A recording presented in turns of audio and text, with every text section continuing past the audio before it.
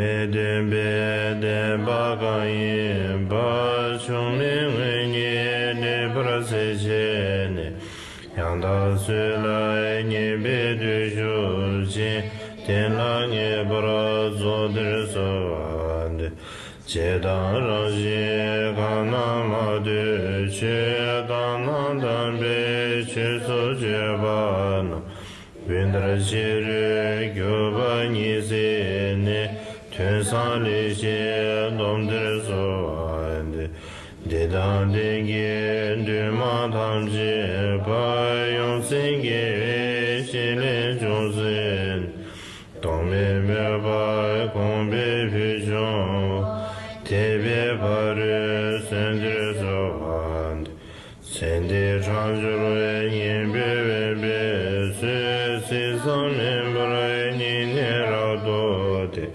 Chen Lo Se Ba Che Vi Nam Dra Ji Kui Mi Chen Ba Den Dir So Wan De Chan Pe Lo Ji Ni Ji Dong Shu Tang Zha Wa Me Ba Ngi Zhu Nam Bra Da Dong Me Gyu Da Ji La Da Gyu Shi Me Da Nge Bra Sun Dir So Wan Nyamon Lo Gi Ji Me Dong Shi Ga Di Sha Ya Ni Bu Che Le Chi Ge We Ngan Zu Sang Bo Me Dong We Xin Yin Pen Zi Gang Dir So An So So Ra De La Nyam Sha Ne Zhang Ye So So Ra Je Be Shi Ra Gi Je Ro Je So Jo Bra Me Je Ba Nge De Tham Bra Je De So Chen Bro Cha La Zi Shi Ji Ji Lo Me Lo Da Ba Nam Ye San Ji Ra Ne Ge La Jo We Lo Zhe Ge We De Nyo So Ngo Ra Zi De So Te Dra Yuen De Je Le Ge Gang Do Yuen De De De Yuen De Je Be Nga Cha Shi Je Be Lu Sun De De Ba Ga Ma Ba Ye Gong Ba Zong Ji Xiu Hu Sang Ye Je Dang So Ye Shao Nam La Chen Jo Ba Do Da Ne Ye Su Da Ge Jun Ye Gi Be Sun Nam Ye Zhou La Ben Sang Ye Zhou Bra Zhou Sang Ye Je Dang So Ye Shao Nam Chen Jo Ba Do Da Ne Ye Su Da Ge Jun Ye Gi Be Sun Nam Ye Zhou La Ben Sang Ye Zhou Bra Zhou Sang Ye Je Dang So Ye Shao Nam Chen Jo Ba Do Da Ne Ye Su Da Ge Jun Ye Gi Be Sun Nam Ye Zhou La Ben Sang Ye Zhou Bra Zhou Chang Se Wang Dang Chi Ji Xia Ba Ji So Ye Ra Bu Xie Se Wa Ge Wa Zhong Se Da Ge Ji Sa Ba Tam Jie Dang Chen Zhu Ji Ngo Sa Xi Bu Ju Zhu Xi Me Do Re Ra We Le Xi Nin De Gen Ba Sang Ye Xin Do Me De Bu Wai Zhou Ge Nam Da Xin La Jue Bra Zhu Sen Jie Nam Ye Sang Ba Lo Ye Jie Ra Ji Da Shi Zhong De Mo De Ba Ye Che Ge Gong Lo Gong Du So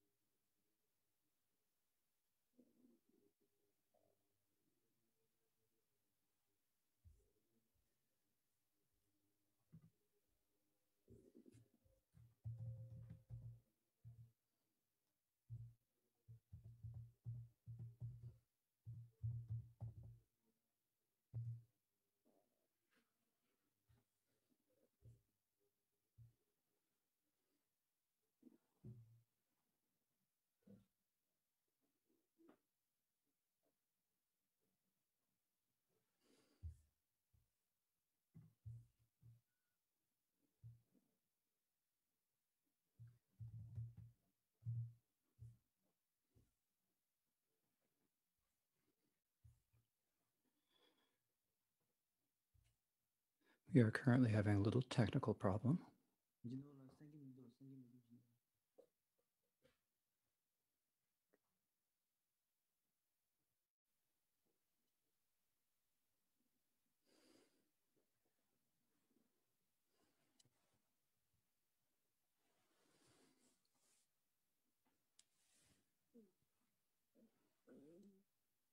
Oh yeah,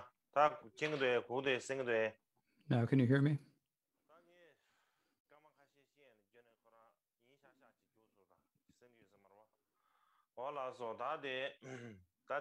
So,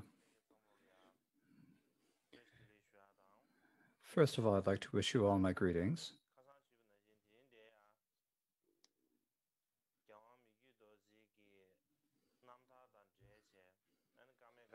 So, today I would like to give a brief introduction to the Karmic Guide encampment as it is related to Yao Mingyu Dorje's liberation story.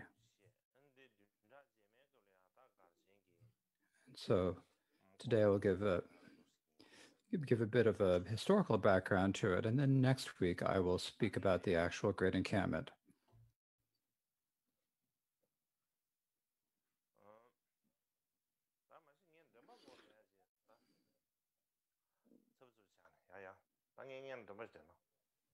So actually, I forgot to recite my prayers, so I'll recite my prayers first.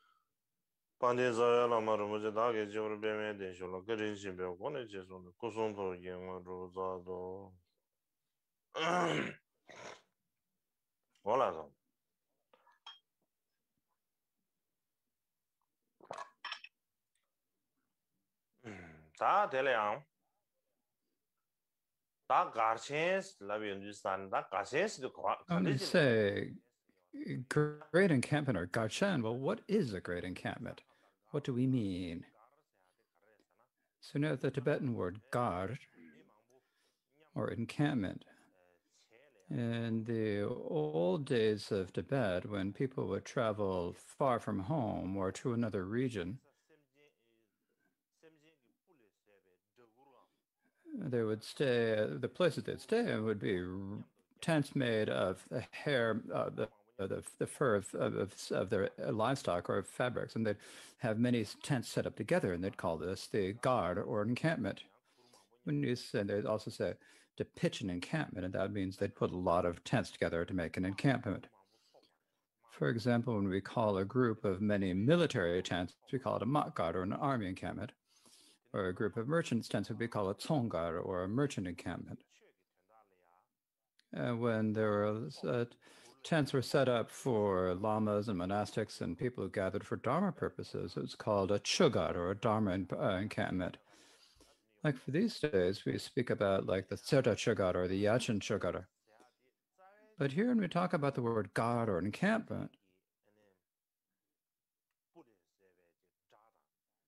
it primarily means a group of tents, whether they're made out of animal hair or fur or whether they're made out of fabric.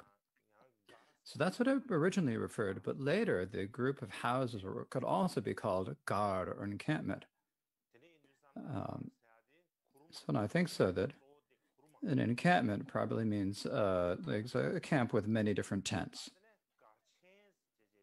When you talk about it as a garchen or the great encampment, we we add the extra word chen, or great.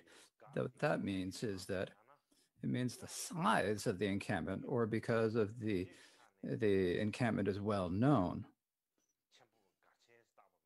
And so it's called like the great encampment, the large encampment for that reason.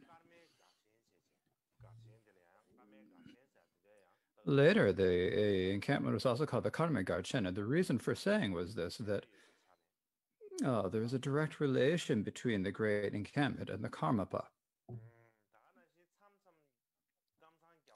Also, sometimes the Karmapa and his heart sons are called the Garpa Yapse, or the master disciples of the encampment.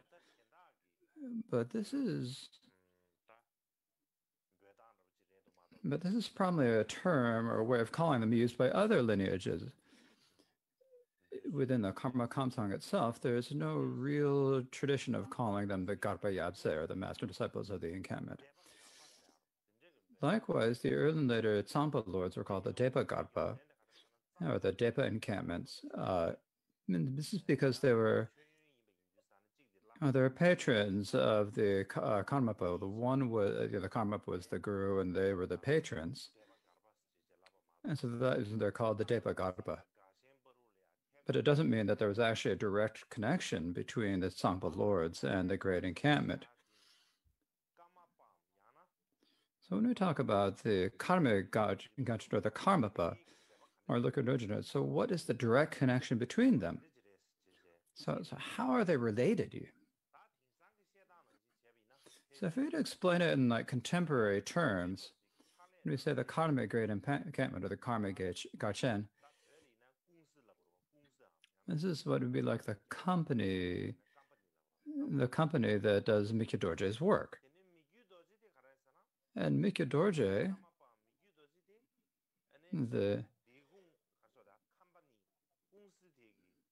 Mikyo Dorje to be like the chairman or the CEO of the company. So be like the CEO or chairman of the company. And the Karma encampment would be like the corporate headquarters of the Karma Kamsang. So it's like the headquarters. And so the Karma Great Encampment. So now in the Tibetan tradition, we talk about a ladrang in Tibetan, right? But I think a ladrang and the Karma Gachen are a little bit different, because a ladrang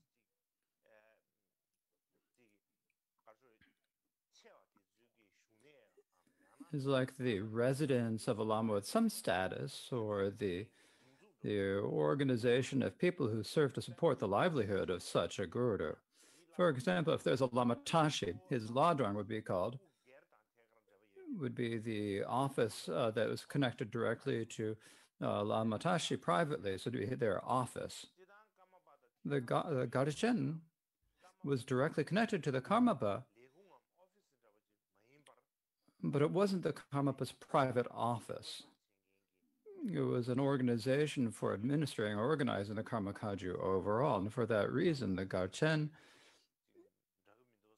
is a little bit different from a ladrang, as I see it.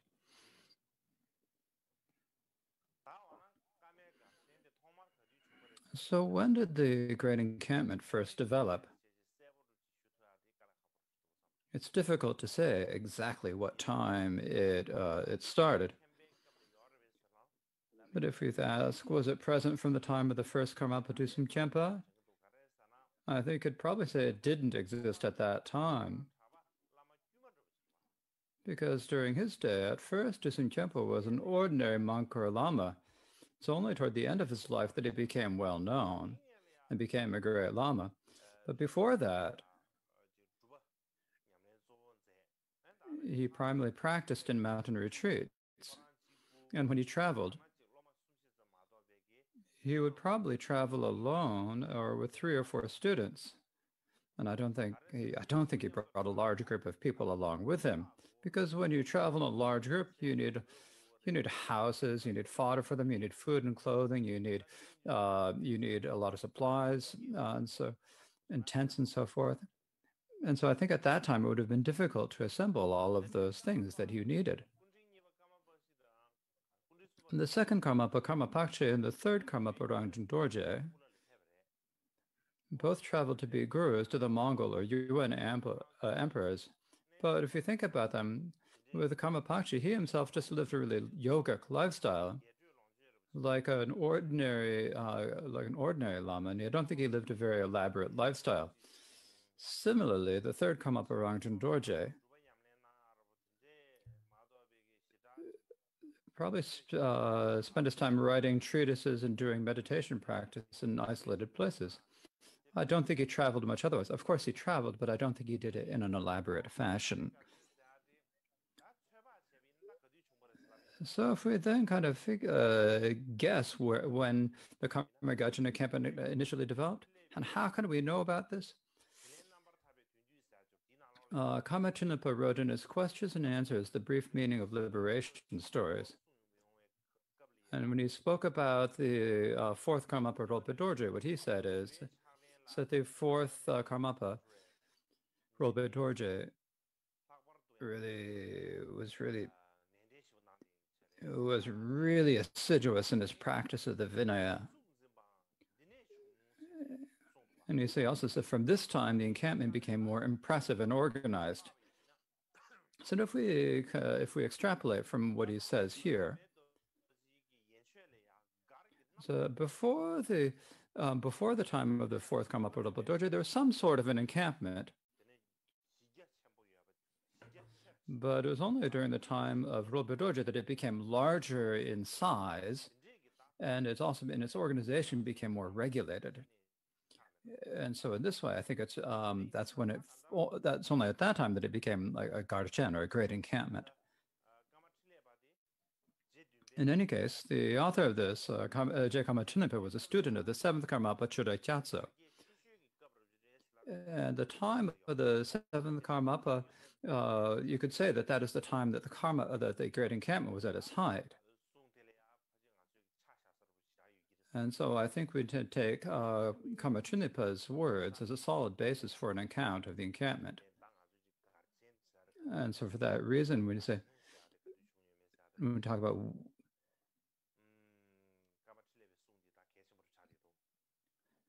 when we want to determine when the Garchen, the great encampment, originated, then we must take Karma Chinipa's words as an important source. Now, a modern scholar named Dungar Lobsang Chinle says that the actual organized encampment developed during the time of the seventh Karmapa Chödai Gyatso, and that one should read the history of it in the Karma Kansan Water Crystal of the Moon.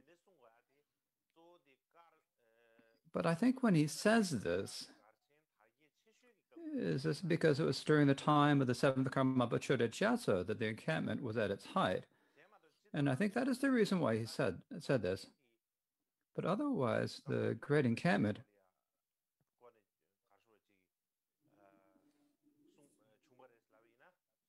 if he said it in general, did it develop at that time? I don't think that is quite right.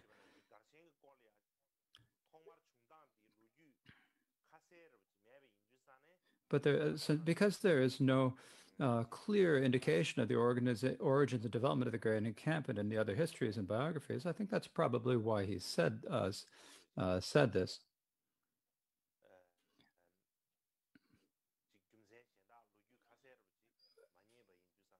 And so I think, and because he couldn't find any other sources, I think it's understandable that he thought this.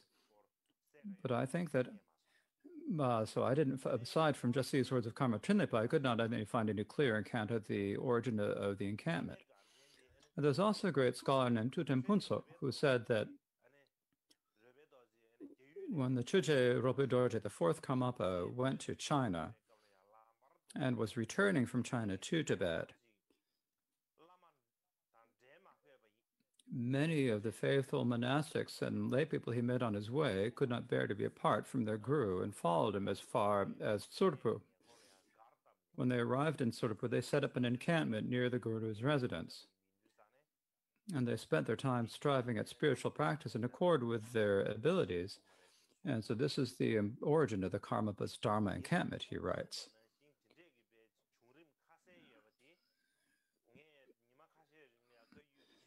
I've spent several days looking through many Kaiju Dharma histories and biographies to find any such clear description of the development of the encampment as he describes, but I have not found it. So I think he must have seen some old historical or biographical manuscripts, or maybe extrapolating from this or this from other evidence. But at the present, I'm not sure which of these two it is. In any case, if we look at the words of Karma Trinlapa mentioned above, we can see that it was during the time of Ronpo Dorje that an encampment that covered a large area that was organized. So that's the time when such an encampment first developed.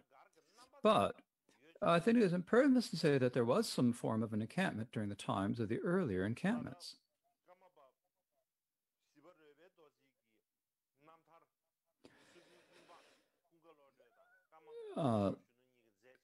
There are clear mentions of the encampment in the liberation stories of Rollerbel Dorje, written by the Kumpang Kunga Lodre and the Karma Kunjak Shunu. They mention the words Garpa and Gar clearly.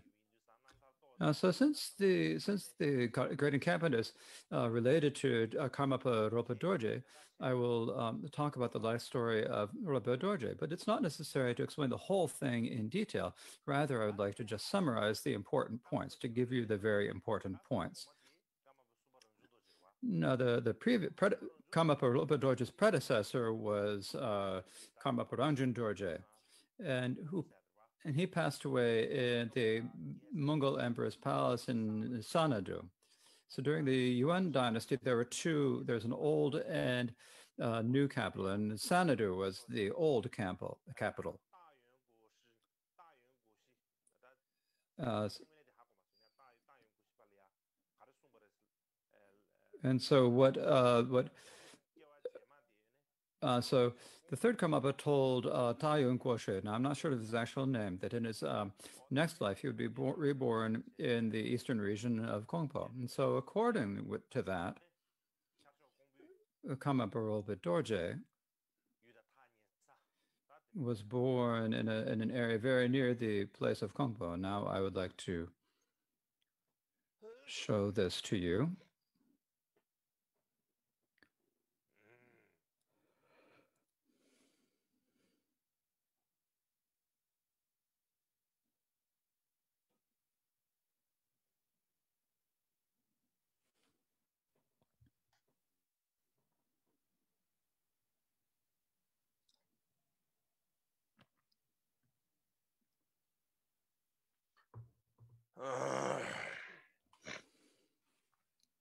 Oyan, da, da, rebe doji di jidang nge kasang ma ji shui simbi ba. Da yimbe I've already to explain this about Ronpo Dorje, but to remind you, the place he was born was Namzon, Ngua and Gochimpak Namzon, but in these days, this is called Alankan, Jiagong, Bianba, and Changdu.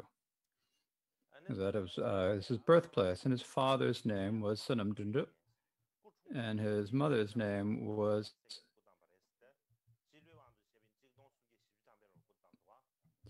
and he was born in the to the mother Zumza Atsund in the Iron Dragon year, and he passed away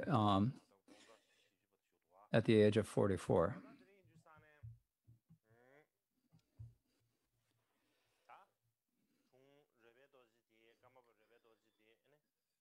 Now, Karmapa Ronpo Dorje was born in Ngue Alarong. And so after he was born, the person who recognized him as Rangjung Dorje's reincarnation was Tokten Gumpa Gyaltsen. Now, Ronpo Dorje had his primary gurus, or among them were Gyawa Yungtenpa, who's in the main lineage of Kagyu gurus. But in addition, there was also Toten Gumpo Gyaltsen and Toten Dar Gyawa. So these were the three primary gurus of Ronpo Dorje. And he took both, went forth and took full ordination from the Dunduk Pal, the Kenshin from Gendun Gang. And he was given the monastic name Zamlin Chukya Jampa. And so we read, when we see the name Zamlin Chukya Jampa in text, that is the name of Ronpo Dorje. And so he was very strict about Vinaya discipline. So he was very strict about that. And so all of his intendants were also uh, uh, very strict about the discipline, monastic discipline, and they also lived only on the three white types of food: milk and sugar and butter and so forth. And if they saw anyone even with meat or bones, they'd magically criticize them. And they would not allow any meat or alcohol in the encampment at all. So there's a very, very strict discipline in the encampment. So you said an even stricter discipline, even stricter behavior, and the behavior of the students was even better than was even pure. Another feature of Karmapa Rinpoche Dorje is he had the ability to do emanations in his dreams. Now, one example of this, for example, he couldn't read so many texts all at the same time, but what he would do is he would put many texts, put many texts around him, to just leave them all open around him, some onto the right side, some on the left side, and open up many texts, and he'd leave them around him, and then he'd go to bed, go to sleep. And when he was going to sleep, in his dreams,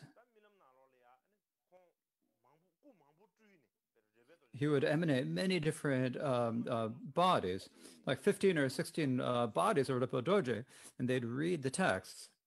And when they read the texts, then when he woke up from the rest, he would know everything that was said in all of those texts.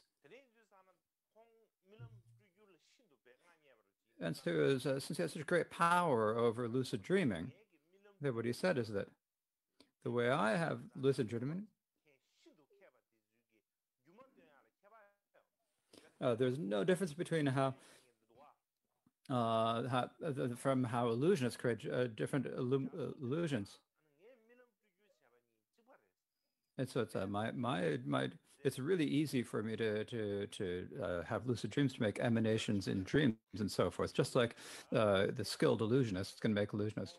Also, Kama Triplenpa also said that he had a really strong innate knowledge, and so he didn't have to study much. But he didn't have to study, but he did do a fair bit of study. And so among all of the Karmapas before the 8th, he was the one who knew the middle way and validity best. And in terms of his poetry, there was none who was better than him at writing poetry.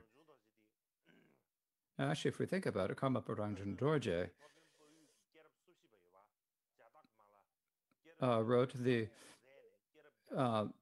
wrote the 100 Jataka tales, which fills out the 34 story Jataka tales that were famous in India.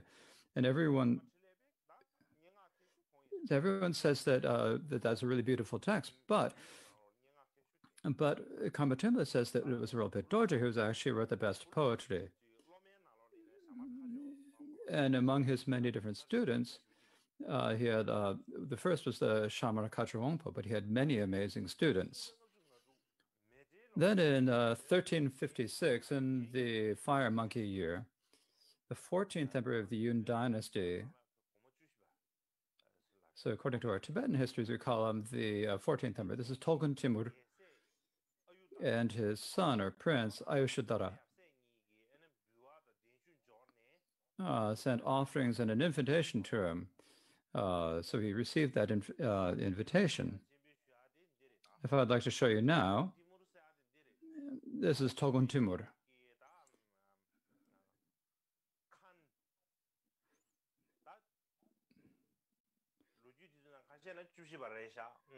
So many histories say that he is the 14th Khan of the Mongol emperor. Some Chinese histories say it's the 15th, and so he was born in 1320 and he lived until 1370.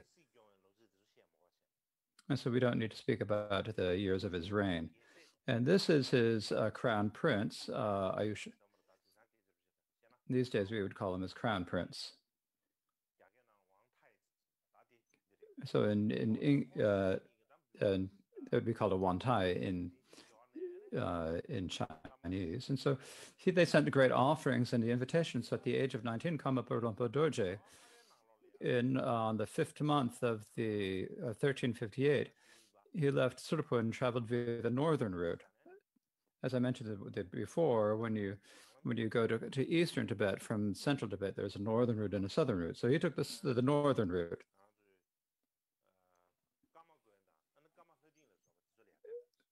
And in particular, along the way, he stopped at Kama Monastery and Hlating.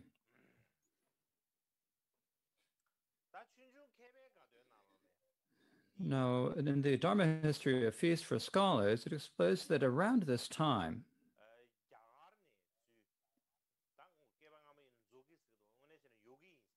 the 5 yogis, in the old days in Tibetan they are called zogis, but the 5 yogis came from India. They came to see the Karmapa Rinpoche Dorje and said we are going to Wutai Mountain in China.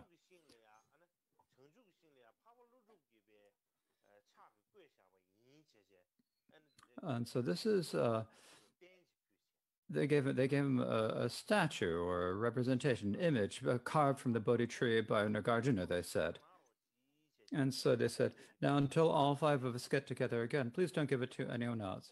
So the name of this is called the Jo Gondola. We can call it the Jo Gondola or the gondola image. Now the people who offered it to him said that they were the emanations of Dharma protectors, but they left, and yes, under the yogas, so they just disappeared without a trace.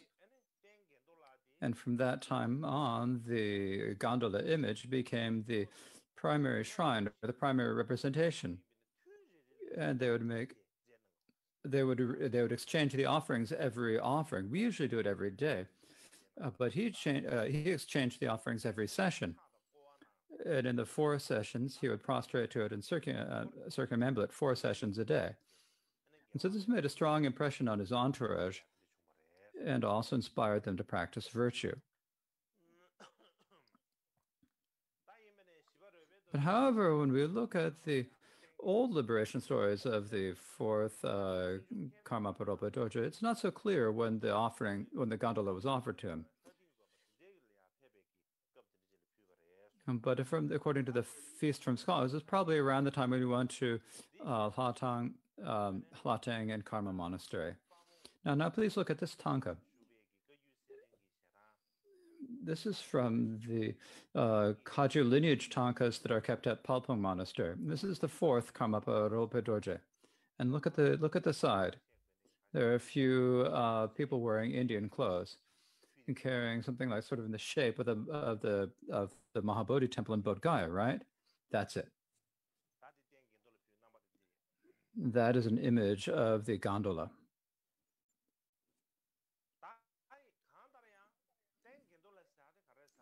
But so the gondola, when you talk about it, became the main shrine or the main sacred object in the encampment. And the reason why it's called the gondola is that in India, they call temples where the Buddha stayed by a special name Gandakuti or Gandalaya.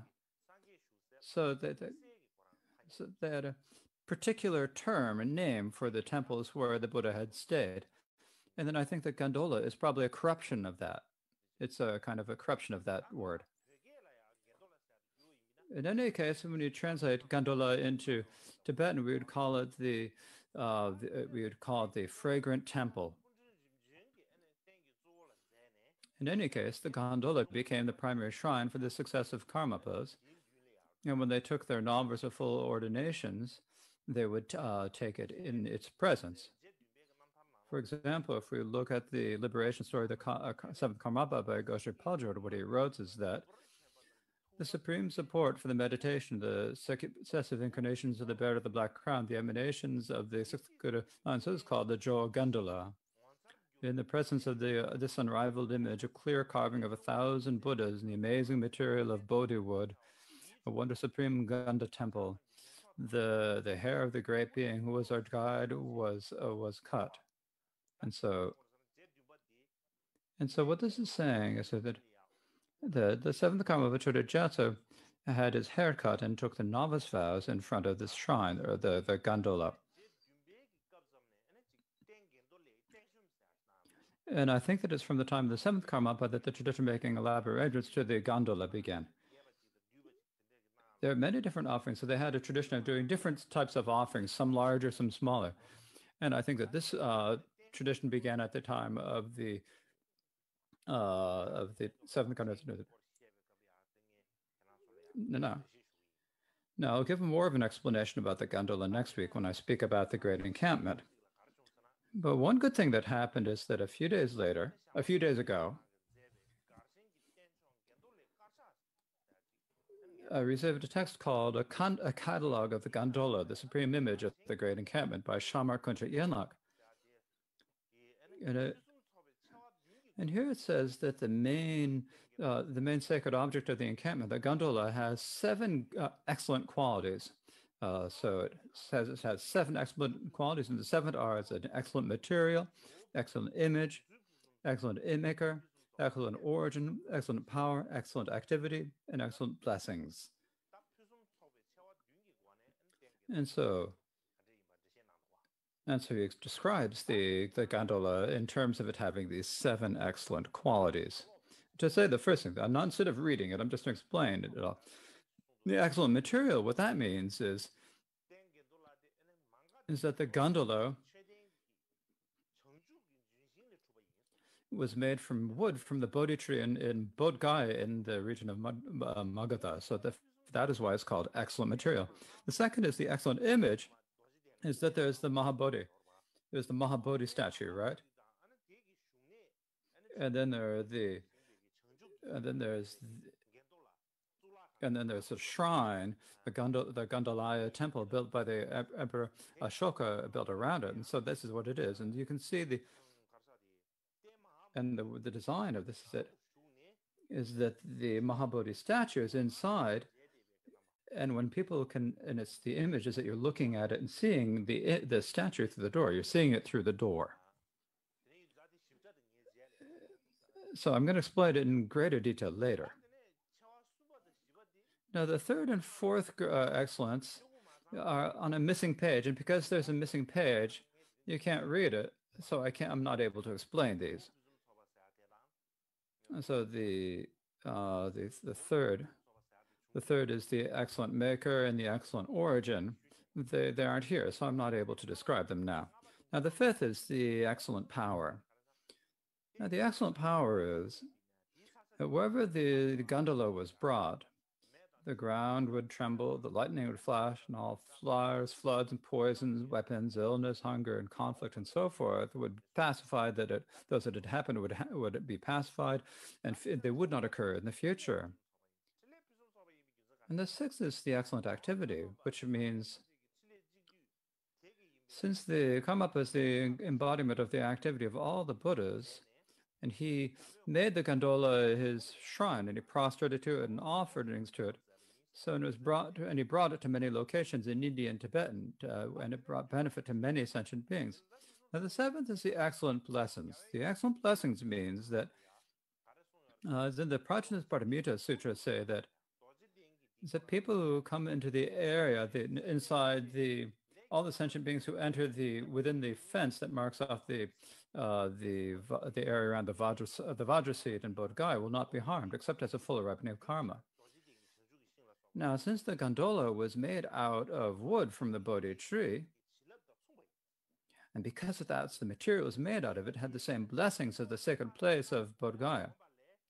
Likewise, a second aspect is that instead of making mandalas of another deity, if you did the self and front visualizations in the presence of the gondola, it had stronger and faster blessings. And so that is how the gondola is described. Now, we don't hear about the gondola these days, do we? We've never heard of it, right? So where did it end up? So this is probably during the time of the 10th Karmapa, when Gushi Khan destroyed the Great Encampment. It's probably after that we no longer heard of it. There's not much about it. You don't really hear about it in the histories. There's the private secretary of the 16th Karmapa, Rinchen Paosang, during the time that the 16th Karmapa was in Tibet. And he wrote a catalog of the articles in Surpu, and he says that he was confiscated by the regional lord. So basically, the lord took it away. The Tibetan government took it away, is what he said. But when I spoke with people from the entourage of the 16th Karmapa, they had nothing to say about the gondola.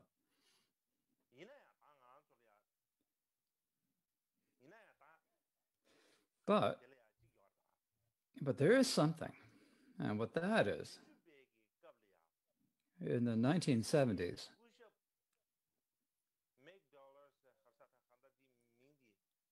there are some people who their names Nick Douglas and Merrill White. So these two people wrote a book in the 1970s, and the name of this is the title of the book was The Karmapam, the Black Hat Lama of Tibet. This is the book.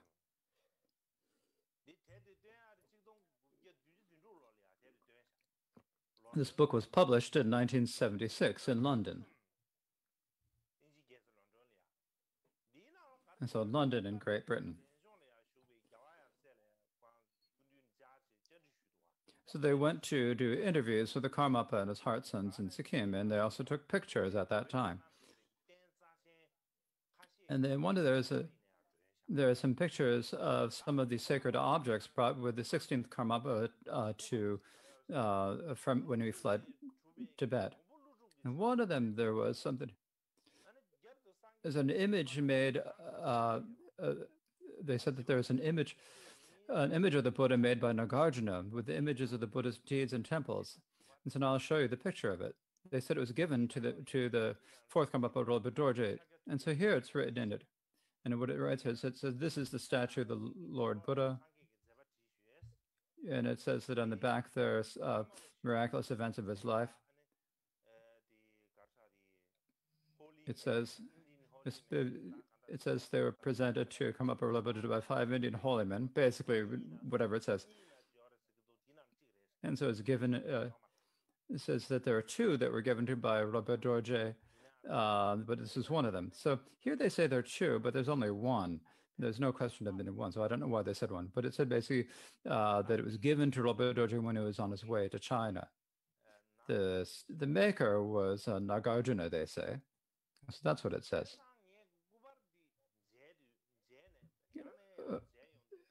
And when I look at this picture, I've seen it many times, and I read the old histories, I think this must be the statue, this must be the gondola itself. I do think that must be it, but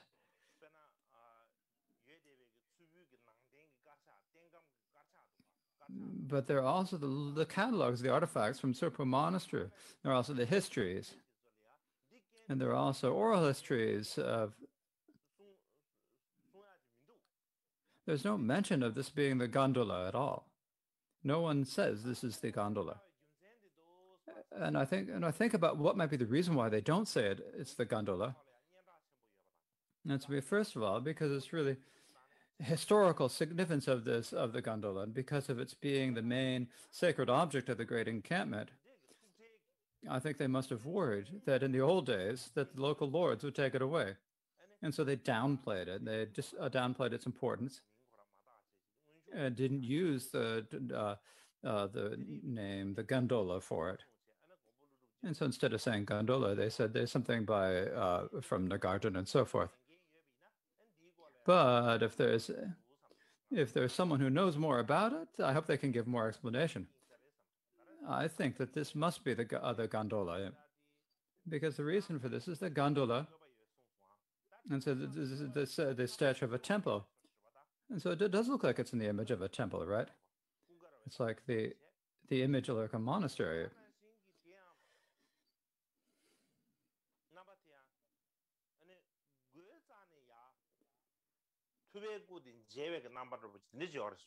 And it's said that it's like the image, and it said that the gondola is like the image of looking through a door at the image of the Buddha statue through a door. And so I think if you look at it, the same. So I think this probably is the gondola itself.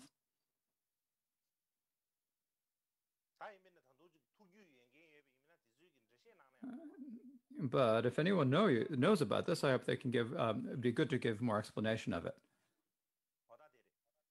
So that's it. And then Mikhe Dorje continued traveling to the east, and he went through Ling and Che and Tu and Ling. In these days, we talk about the region of Lingzang. And he came to a place called Machu Lingpu. So Machu Lingpu.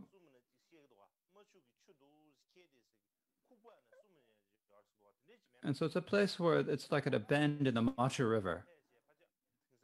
And he went to this place, and it's probably in the present-day Amdo region. And he sat on a throne made of stones and taught a lot of Dharma there. And then after he taught them some, the next summer,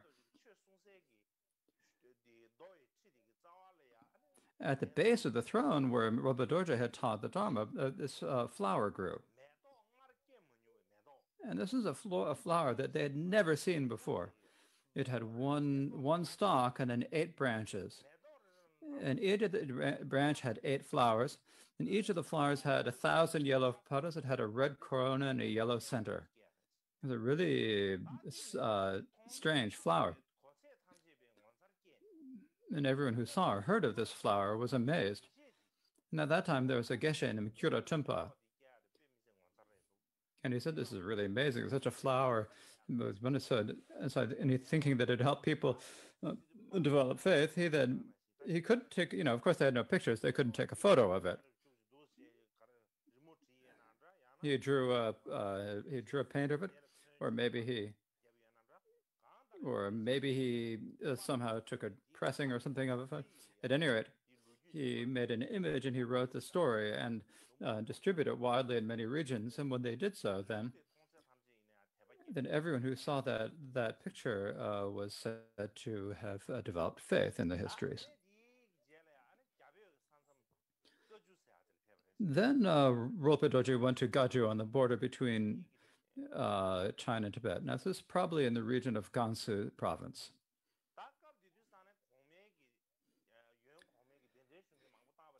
Now, the Yuan emperor had sent a large party to escort him, but there was a time at that time there was a conflict in China, and so he realized that there was conflict, and he thought instead of going, he went up to the western Xia, and so near a place we call Kanting these days.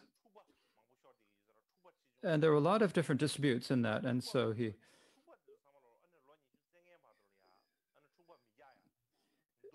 with all this, he resolved all the disputes and made everyone promise not to fight for 25 years. And once again, he received a summons from the emperor, and if you don't, then you've sent many people, and all these people will probably harm the monasteries and so forth. And so for that reason, think of the Buddha's teachings and emperors of China, and please come. Because this letter arrived, then Karmapa Rinpoche Dorje saw that it was the right time to go. They went to Lintao Monastery.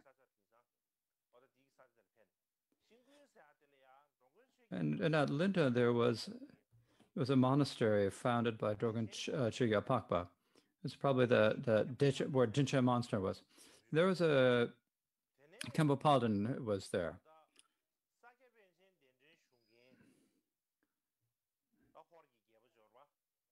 Now there's the Mongol king emperor who had invited Sakya Pandita.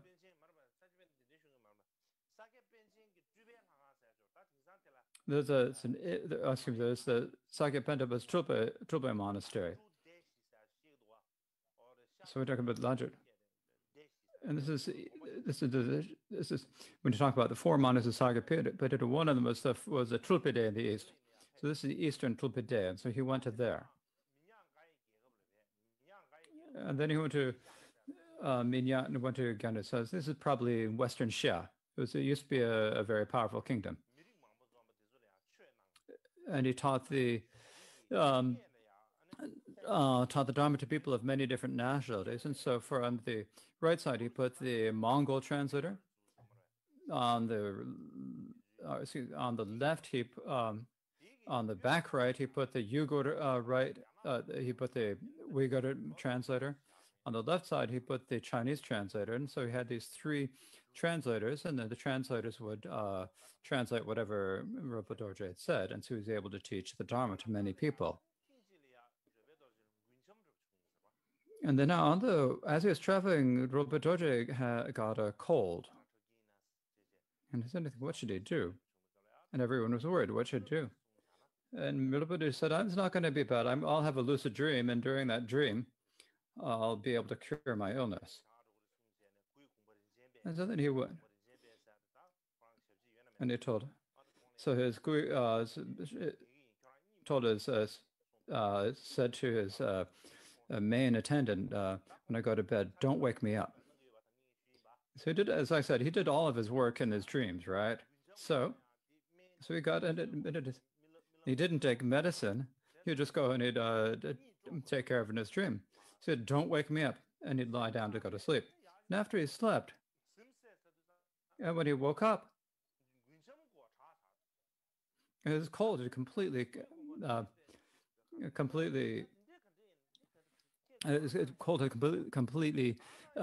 cured. And so his attendant, Gurugum Rinpoche, said to him, and Rinpoche Dorje said, in my dream, I went to the Potala Palace and saw a red Chenrezig, and he was holding a vase of Amrita nectar in his hands.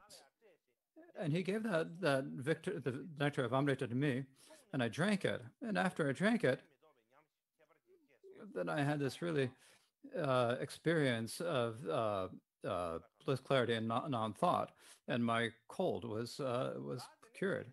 So he cured himself in his dream. It's probably better to take a break here. So we'll take a break at this point.